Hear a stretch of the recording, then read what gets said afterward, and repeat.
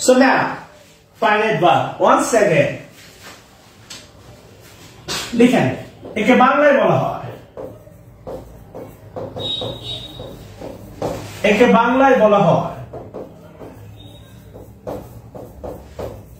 সমাপিকা ক্রিয়া। একে বাংলায় বলা হয় সমাপিকা ক্রিয়া। দ্বিতীয় লাইন লিখেন ফাইনাইট ভার্ব দ্বারা টেন্স চেনা যায়। ফাইনাইট ভার্ব দ্বারা টেন্স চেনা যায়। এই তিনটা শব্দ খুবই গুরুত্বপূর্ণ, আন্ডারলাইন করবেন। ফাইনাইট ভার্ব দ্বারা টেন্স চেনা যায়। 4 নম্বর লাইন লিখেন, 3 নম্বর খুবই গুরুত্বপূর্ণ, লিখেন ফাইনাইট ভার্ব টেন্স কমা দিয়ে লিখেন হচ্ছে পারসন এবং নাম্বার অনুসারে। ফাইনাইট ভার্ব টেন্স পারসন এবং নাম্বার অনুসারে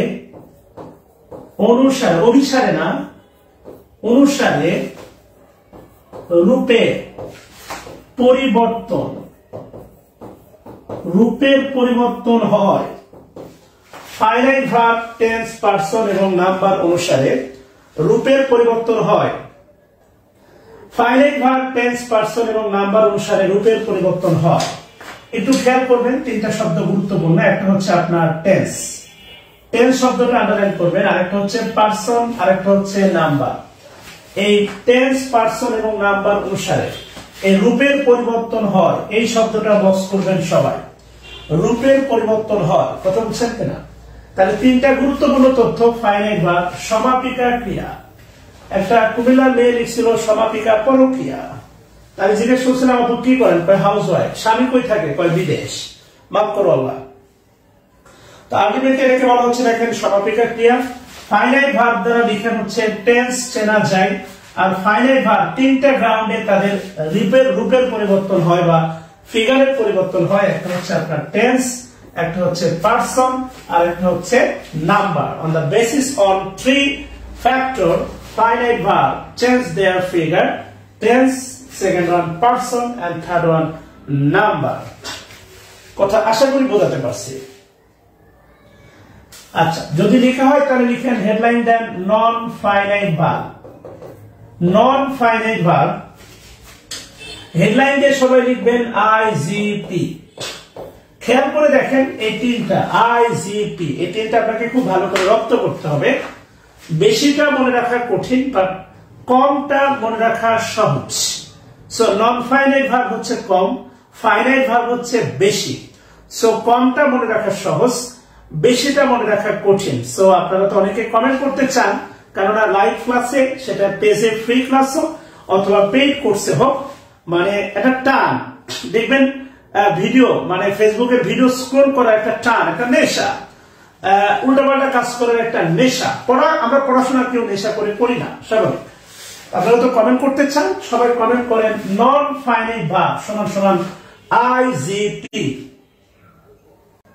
নন ফাইনাইট ভার্ব সমান আইজিপি। আচ্ছা, তাহলে এবার যে কাজটা করবেন সেটা হচ্ছে এটা কমেন্ট করেন সবাই। যা যা আগে লিখছেন তার বিপরীত কথাগুলো লিখে দেন। লিখেন একে বাংলায় বলা হয়। একে বাংলায় বলা হয় অসামাজিক না, লিখেন অসমাপিকা ক্রিয়া। একে বাংলায় বলা হয়, লিখেন অসমাপিকা ক্রিয়া। একে বাংলায় বলা হয় অসমাপিকা ক্রিয়া, লিখেন নন ফাইনাইট ভার্ব দ্বারা। যারা লিখছেন তার বিপরীত কথা লিখে দেন। টেন্স চেনা যায় না, নন ফাইনাইট ভার্ব দ্বারা টেন্স চেনা যায় না। আর 3 নাম্বার লিখেন নন ফাইনাইট ভার্ব, লিখেন টেন্স, এরপরে লিখেন হচ্ছে আপনার পারসন এবং টেন্স পারসন এবং নাম্বার অনুসারে নাম্বার অনুসারে রূপের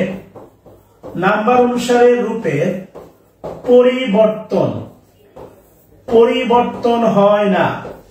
নাম্বার অনুসারে রূপের পরিবর্তন হয় না। তিনটা খুব গুরুত্বপূর্ণ কথা। নাম্বার 1, অসমাপিকা ক্রিয়া, এটা বক্স করবেন সবাই।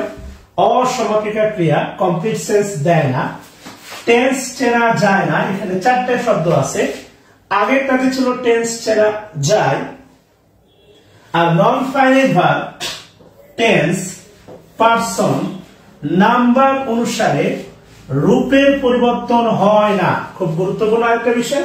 একটা হচ্ছে আপনার টেন্স, আর একটা হচ্ছে পারসন, আর একটা হচ্ছে নাম্বার অনুসারে রূপের পরিবর্তন হয় না। রূপের পরিবর্তন হয় না। কেমন? আপাতত যে কাজটা করবেন, বিশেষ দ্রষ্টব্য দিয়ে লিখবেন। আচ্ছা, সুন্দর। বিশেষ দ্রষ্টব্য দিয়ে লিখবেন, 3টা ফিগার লিখবেন বিশেষ দ্রষ্টব্য দিয়ে। সেটা হচ্ছে নাম্বার 1 লিখেন, 3 চিহ্ন দিয়ে লিখেন 2 প্লাস v1। নাম্বার 1 লিখেন 2 প্লাস v1। এরপরে লিখেন হচ্ছে আপনার verb plus ING, 2 plus v1 verb plus ING. আর এরপরে লিখেন হচ্ছে v3, ধুম 3 না, v3। আবার বলছি 2 plus v1 verb plus ING, v3। এই পুরোটা, এই 3টা বক্স করে লিখবেন। এরা লিখেন,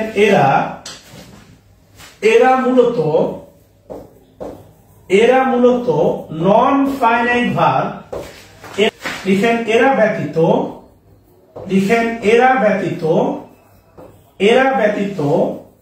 সকল ভার্বই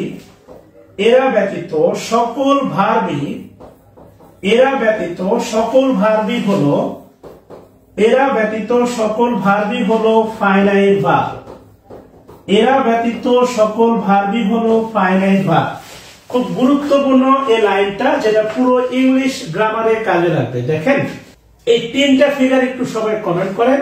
সেটা হচ্ছে একটু ভালো করে খেয়াল করে দেখেন। 2 প্লাস v1 ভার্বের সাথে আইএনজি, আর একটা হচ্ছে v3। Just this 3 figure.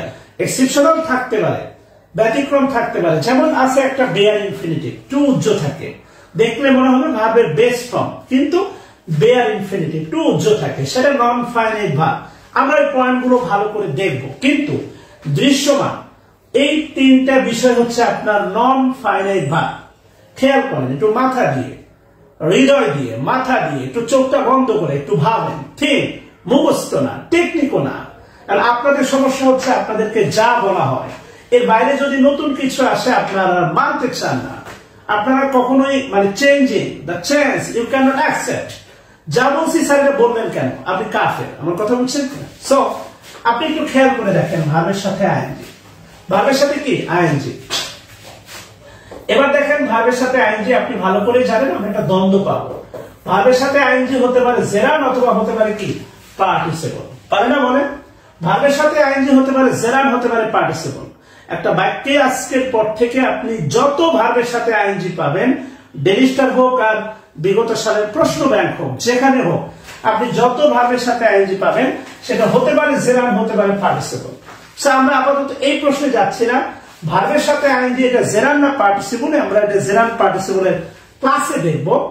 আপাতত বোঝাতে চাচ্ছি ভার্বের সাথে আইএনজি সে জেরান্ডি হোক আর পার্টিসিপলই হোক, এটা হচ্ছে আপনার নন ফাইনাইট ভার্ব। এটা হচ্ছে আপনার কি ভার্ব? নন ফাইনাইট ভার্ব। কথা ক্লিয়ার কিনা? আপনি আওয়ামী লীগ বলেন, বিএনপি বলেন, সবাই বাংলাদেশী। আপনি শিয়া বলেন ইরানের, বা সুন্নি বলেন সৌদি আরবের, সবাই বাংলাদেশী। আপনি হিন্দুদের কায়স্থ বলেন, ব্রাহ্মণ বলেন, শূদ্র বলেন, বা আরো যা আছে, সবাই কিন্তু হিন্দু। খেয়াল করেন, হ্যাঁ, ঠান্ডা মাথায়। ভার্বের সাথে ING, it may be gerund, it may be participle, no matter both. এটা যে কোনো হতে পারে, জেরান্ড হতে পারে, পার্টিসিপল হতে পারে। বাট ম্যাটার ইজ দ্যাট ভার্বের সাথে আইএনজি হচ্ছে কি ভার্ব? নন ফাইনাইট ভার্ব। খেয়াল করেন ছোটবেলায় যে টেন্স শিখছেন, I am eating. I am কি? ইটিং। লেখার দরকার নাই, দেখেন আই এম ইটিং। এটা লেখা হলে শুধু একটু শোনেন মনোযোগ দিয়ে। আই এম ইটিং এর দেখেন, আপনি খেয়াল করে দেখেন, এখানে আছে ইটিং, ভার্বের সাথে ING. No need to find out, এটা অনেকেই জানেন। চলমান কাজ, প্রেজেন্ট পার্টিসিপল বা পার্টিসিপল, নো ম্যাটার। অনেকেই জানেন না বলে হতাশ হয়েন না, শেখাবো। ভার্বের সাথে আইএনজি, ভার্বের সাথে কি আইএনজি। তাহলে ভার্বের সাথে আইএনজি, এটা জেরান্ড হোক আর পার্টিসিপল হোক, নো ম্যাটার, এটা হচ্ছে নন ফাইনাইট ভার্ব। কি ভার্ব? নন ফাইনাইট ভার্ব। এটা বাদ দিলে যা থাকে এম, এটা কি ভার্ব? Finite verb. কথা কি বুঝতে পারছি? ক্লিয়ার কিনা বলেন তো ভাই? জাস্ট একটু থিঙ্ক। 2 প্লাস মানে V1 ভার্বের বেস ফর্ম, ভার্বের সাথে কি আইএনজি, আর একটা কি আছে V3। এই তিনটা ফিগার বাদে সবাই কমেন্ট করেন, এই তিনটা ফিগার ব্যতীত সকল ভার্বই হচ্ছে ফাইনাইট ভার্ব। ফাইনাইট ভার্বের 3 নম্বর লাইনে দেখবেন ব্যাখ্যা দেওয়া আছে, সেখানে বলা আছে ফাইনাইট ভার্ব টেন্স, এর পরে হচ্ছে আপনার পারসন, এর পরে হচ্ছে আপনার নাম্বার। এই তিনটা গ্রাউন্ডে দেখবেন রূপের পরিবর্তন হয়। Just having 3 ground, based on 3 ground, 3 factor, 3 incident, finite verb changes figure. Number 1 কি বলছে tense, আপনি একটু খেয়াল করে দেখেন। আমি যদি বলি I want, not went, I want to help you, I want to help you, আমি উপরে রাখতেছি আর কি 2 plus V1, 2 plus V1 ভার্বের সাথে ing, ভার্বের সাথে ing, আর এটা হচ্ছে V3। এই তিনটা আমি সাক্ষী হিসেবে রেখে দিচ্ছি। এই তিনটা ফিগার হচ্ছে আপনার নন ফাইনাইট ভার্ব, এই তিনটা ফিগার হচ্ছে নন ফাইনাইট ভার্ব। এবার একটু ভালোবেসে খেয়াল করেন। I want to help you, আমি যদি বলি দেখেন I wanted, আমি চাই, wanted to help you, খেয়াল করেন, হ্যাঁ ভালো করে একটু খেয়াল করেন। আমি জানি গো থেকে গোয়ের পাস্ট হচ্ছে আপনার ওয়েন্ট, গোয়ের পাস্ট কি ওয়েন্ট, খেয়াল করেন। বাট এখানে ওয়েন্ট না, এখানে আছে দেখেন ওয়ান্ট। এই ওয়ান মানে হচ্ছে আপনার চাওয়া, ওয়ান মানে কি চাওয়া। আপনি একটু খেয়াল করে দেখেন, আমার ধারণা আপনি আমার সাথে একমত হবেন। ওয়ান্ট হচ্ছে প্রেজেন্ট ইনডিফিনাইট টেন্স, ওয়ান্ট হচ্ছে প্রেজেন্ট ইনডিফিনিট টেন্স, আমি চাই তোমাকে সাহায্য করতে। ওয়ান্টেড হচ্ছে দেখেন past indefinite tense, past indefinite tense. আপনি একটু খেয়াল করে দেখেন, ওয়ান্ট হচ্ছে ফাইনাইট ভার্ব, ওয়ান্ট কি ভার্ব? Finite verb. এই ওয়ান্টেড হচ্ছে ফাইনাইট ভার্ব, বাট খেয়াল করে দেখেন প্রেজেন্টে হচ্ছে ওয়ান, পাস্টে হচ্ছে ওয়ান্টেড। টেন্সের ভিত্তিতে দেখেন এদের ফিগারের পরিবর্তন আসছে, বাট একটু খেয়াল করে দেখেন টু হেল্প, এই যে দেখেন টু হেল্প, হ্যাঁ এখানে আছে দেখেন টু হেল্প, খেয়াল করেন এখানে আছে দেখেন হচ্ছে টু হেল্প, হ্যাঁ প্রেজেন্টেও দেখেন টু হেল্প, পাস্টেও দেখেন টু হেল্প। নো চেঞ্জ, ফিগারের কোনো পরিবর্তন হয় না। কথা ক্লিয়ার কিনা?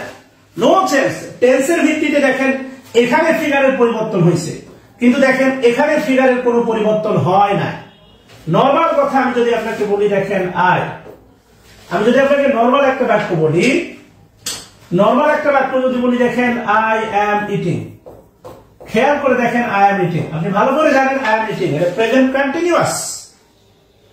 কি কন্টিনিউয়াস? Present continuous. যদি বলি I was eating, I was eating, I was eating এটা কি continuous? Past continuous, right?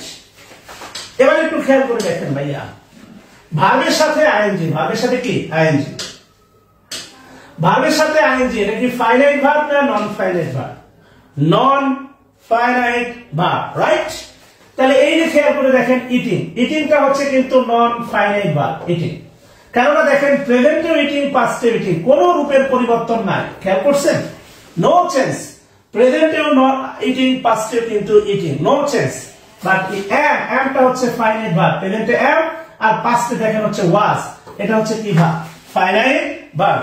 So finite verb টেন্সের ভিত্তিতে ফিগারের পরিবর্তন হয়। আপনারা নিজেরাই তো একটা ফাইনাইট ভার্ব, আপনারা নিজের বিয়েতে একরকম সাজেন, অন্যের বিয়েতে আরেক রকম সাজেন, ডেটিং এ একরকম সাজেন, চ্যাটিং এ আরেক রকম সাজেন, অডিও চ্যাটিং এ একরকম, ভিডিও চ্যাটিং আবার দেখবেন আরেক রকম। আপনারা প্রত্যেকে myself is a finite verb, মানে প্রত্যেকেই এক একটা ফাইনাইট ভার্ব।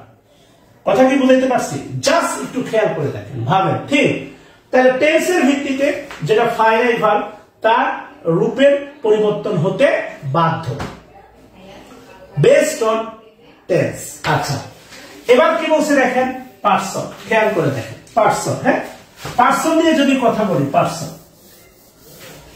পারসন নিয়ে যদি কথা বলি তাহলে যেটা দাঁড়াবে পারসন। থিঙ্ক ওভার দেয়ার। আমি যদি বলি আপনি ভালো করে জানেন আই কোন পার্সন বলেন?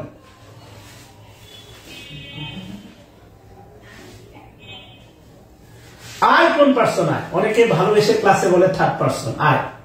তো আই সেকেন্ড পার্সন, আপনি ভালো করে জানেন আমি আর তুমি ছাড়া সব থার্ড পার্সন। মাঝে মাঝে প্রশ্ন করি জেরান কোন পার্সন? জেরানও কিন্তু থার্ড পার্সন, কেননা জেরান আমার আর আপনার মাঝখানে নাই। মাঝে মাঝে ক্লাসে প্রশ্ন করি অফলাইনে বাবা মা কোন পার্সন? হতেই পারে আপনার বাবা মা আপনার কলিজার জিনিস, ভালোবাসার জিনিস, কিন্তু আমার আর তোমার মাঝখানে বাবা মা নাই। সো আমি আর তোমার মাঝখানে যেহেতু বাবা মা নাই, হাবিবুল্লাহ আলটিমেটলি আমরা যতটুকু জানি সেটা হচ্ছে ওয়ান্ট। ওয়ান্টের পাস্ট হচ্ছে আপনার ওয়ান্টেড, এর পাস্ট পার্টিসিপল হচ্ছে ওয়ান্টেড। সো আমি যদি বলি আই ওয়ান্ট, আমি চাই, এটা পাস্ট ফর্ম, এটা ভিথ্রি না। সো একটু ভেবে কথা বলবেন আর একটু ভেবে কমেন্ট করবেন। কমেন্ট করার আগে 10 বার ভাববেন, এরপরে মাথায় না ঢুকলে তারপর কমেন্ট করবেন। আমি যদি বলি হচ্ছে গো, গো এর পাস্ট হচ্ছে ওয়েন্ট। হ্যাঁ, সো আমি যদি বলি I have wanted, I have wanted, আমরা সবাই জানি হ্যাভ প্রেজেন্ট পারফেক্ট টেন্সে হ্যাভ এর পরে ভিথ্রি হয়, এটা ভিথ্রি। সো হাবিবুল্লাহ কমেন্ট করার আগে 10 বার ভাববেন, যদি না পান আমাকে ইনবক্সে নক দেবেন, কমেন্ট না। তো আলটিমেটলি আশা করি ওয়ান্টেড এর ব্যাপারটা ক্লিয়ার, কেমন? তো আই হচ্ছে দেখেন আই ফার্স্ট পারসন, আই এর সাথে হয় আপনার হচ্ছে এম। আমি যদি বলি হি কোন পারসন? Third person. হি এর সাথে কিন্তু এম না, হি এর সাথে কি হয়? আর। পার্সনের ভিত্তিতে দেখবেন ফাইনাইট ভার্বের রূপের পরিবর্তন হয়, কিন্তু পার্সনের ভিত্তিতে দেখবেন এর কোনো পরিবর্তন হবে না। নরমাল কথা, আই এর সাথে এম, হি এর সাথে কি আর পরিবর্তন হয়। কথা কি বুঝতেছেন কিনা? এবার আসেন নাম্বার। নাম্বার মানে আপনি জানেন এক বচন বহু বচন, রাইট? নাম্বার মানে কি? এক বচন বহু বচন, ভালো কথা। তাহলে এক বচন বহু বচন যদি হয়, আমি জানি হি মানে হচ্ছে সে, হি মানে সে, তাহলে হি এর সাথে কি হয়? ইজ, সরি হি এর সাথে আর হবে, ইজ হবে, আমি ক্ষমা চেয়ে দিচ্ছি, আর না ইজ হবে। আচ্ছা, হি এর সাথে ইজ হবে। এরপরে যদি বলে হচ্ছে দে, দে মানে সে না তারা, দে মানে হচ্ছে তারা, দে মানে কি? তারা, তাহলে দে এর সাথে কি হবে? আর। খেয়াল করে দেখেন, হি মানে সে, তাহলে ইজ, আর দে মানে তারা কি হবে? আর। কথা কি বুঝতেছেন কিনা? So this is the big day. So finite verb based on 3 factor. একটা হচ্ছে আপনার টেন্স, একটা হচ্ছে পারসন, আর একটা হচ্ছে নাম্বার। এই তিনটা জায়গা থেকে রূপের পরিবর্তন হয়। এবার একটা ফ্যাক্টর আছে, তার নাম হচ্ছে জেন্ডার। আমরা ইতিমধ্যে জেন্ডার চ্যাপ্টারটা দাগায় পড়েছি, সুন্দর, থ্যাঙ্কস আ লট। তো এবার একটু খেয়াল করে দেখেন, জেন্ডারের ভিত্তিতে জেন্ডার, হি পুরুষ জেন্ডার ইজ, আর সে মহিলা জেন্ডার ইজ। তো জেন্ডারের ভিত্তিতে ফাইনাইট ভার্বের কোনো পরিবর্তন হয় না। কথা ক্লিয়ার? আচ্ছা, আশা করি বোঝাতে পারছি।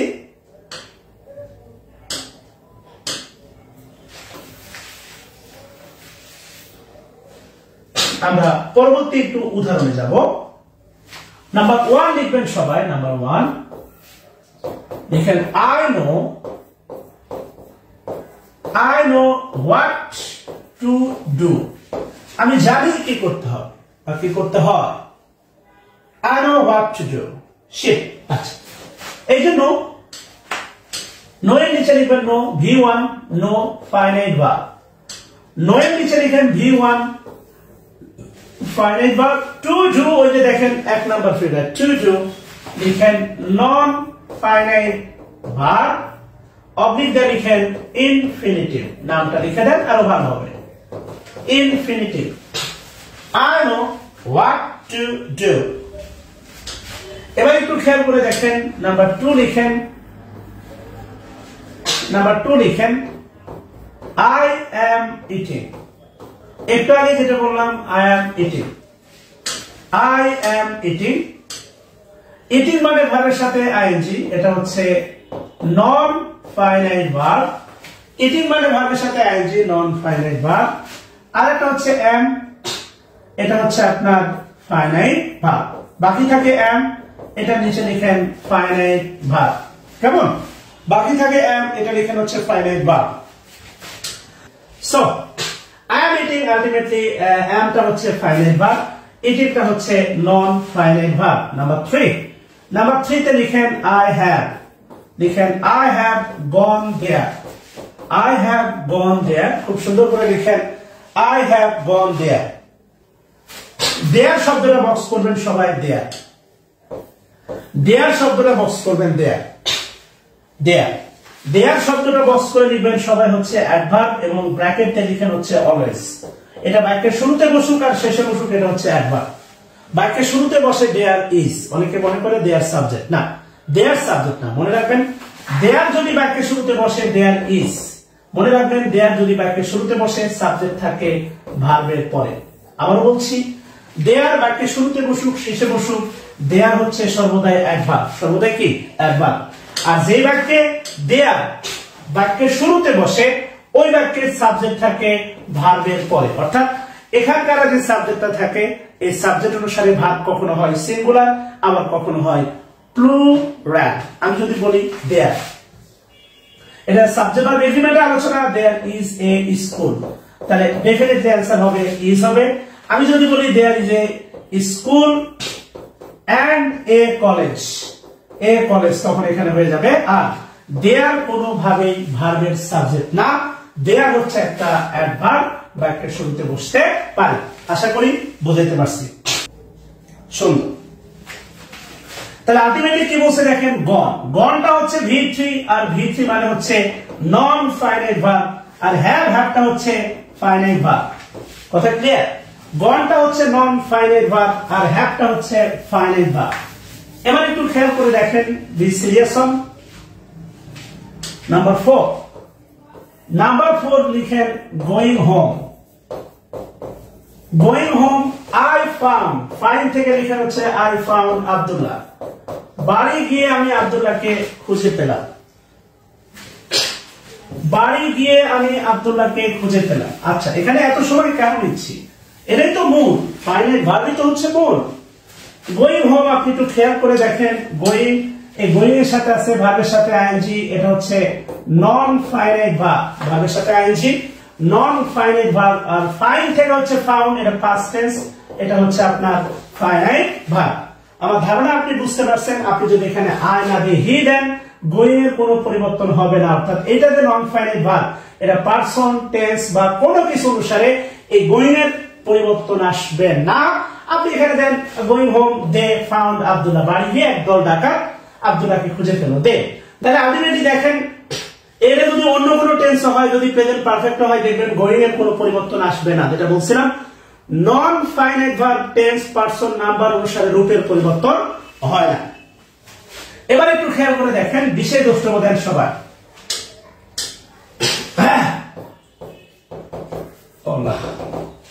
বিশেষ দ্রষ্টব্য লিখেন হচ্ছে আপনার V1, হাইফেন দিয়ে লিখেন V2, এরপর লিখেন V3, এরপর লিখেন V4, এরপর লিখেন হচ্ছে V5।